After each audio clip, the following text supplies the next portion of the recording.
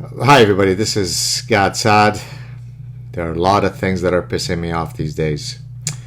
Let's start with a new analysis of the preemptive strike on Iran to dismantle its nuclear program. And so here what I'd like to do is talk a few minutes about game theory.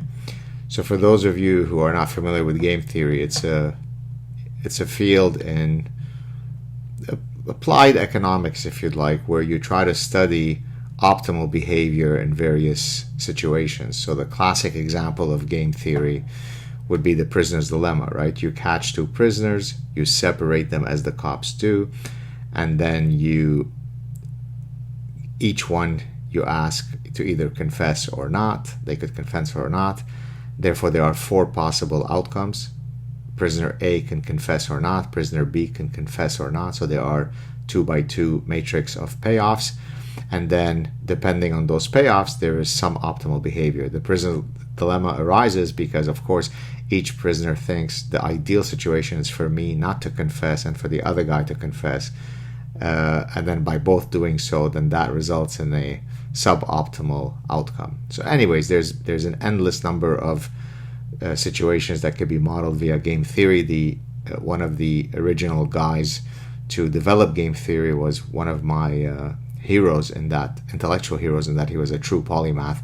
I think I mentioned him recently on my most recent appearance on Joe Rogan's show, John von Neumann. I was actually looking for one of his biographies in my personal library to show it to you, but I can't find it because I have so many books.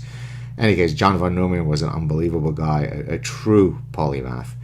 Now, at the time of World War II, the classic example of a game theoretic situation, which effectively led to the development of game theory as a applied mathematics discipline, applied economics discipline, is, by the way, you see game theory also being used in evolutionary biology, evolutionary game theory.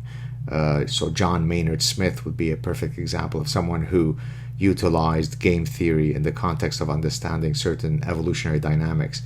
In any case, during the Cold War, you had the Soviet Union, you had the United States. They were locked in a never-ending atomic bomb arms race. So each can attack or not. So therefore it's a 2x2 matrix.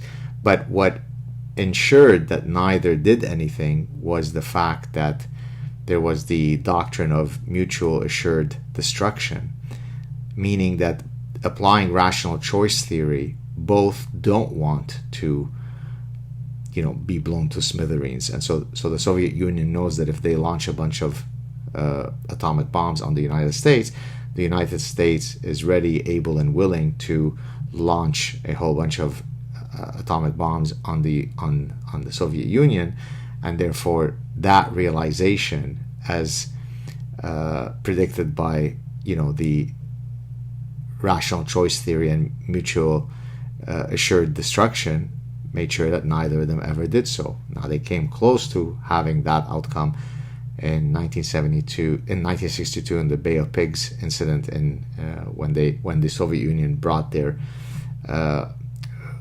very nasty weaponry to the shores of the United States and Cuba.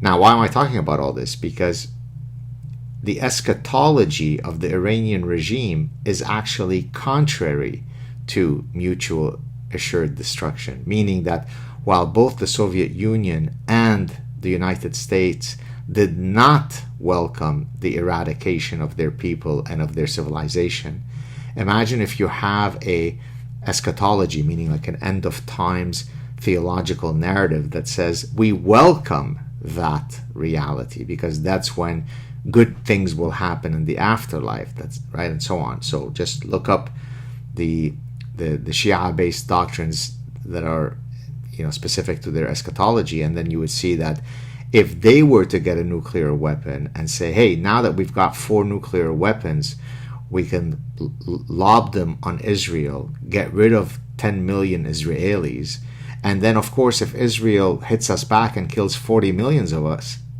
that's a great outcome. 10 million Jews killed for 40 million, sign me up.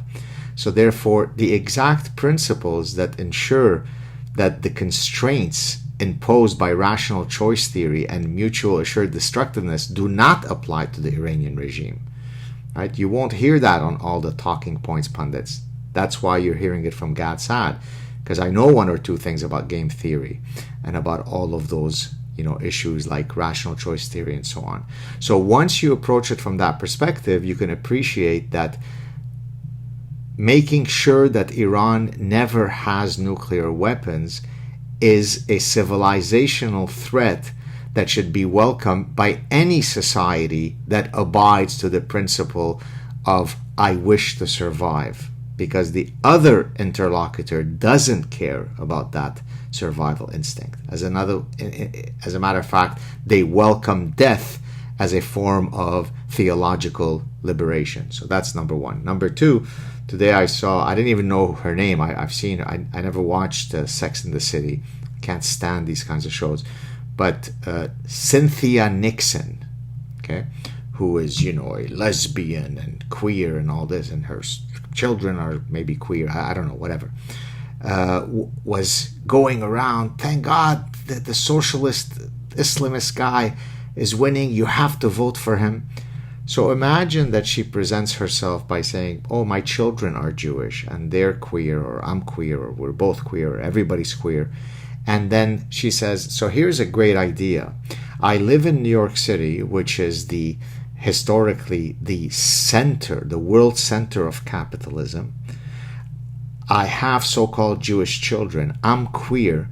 So what better alignment with my values than to go around acting like an unhinged maniac by saying that we must vote in this guy. Now, I don't know tons of stuff about this guy, but I do know that apparently he's quite anti-Israel, not a huge friend of the Jews, apparently was not a fan of discussing issues dealing with the Holocaust.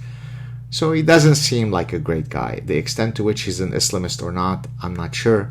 But certainly from everything that I've read from other sources suggests that he doesn't seem to share in many of the foundational values that have made New York City the great historical city that it is. And yet endless Jews and Cynthia Nixon and so on, all of the wood crickets are celebrating the ascendancy of this guy who's never held a real job, who's a complete schmuck, who's a complete moron, who's a noble Muslim, who's a socialist, who's promising all sorts of free things to everybody because those asshole guys who live on Fifth Avenue, they deserve to pay more taxes. And if I'm mayor, I will take all their money so that we can have free grocery stores. Because socialism and communism has always worked.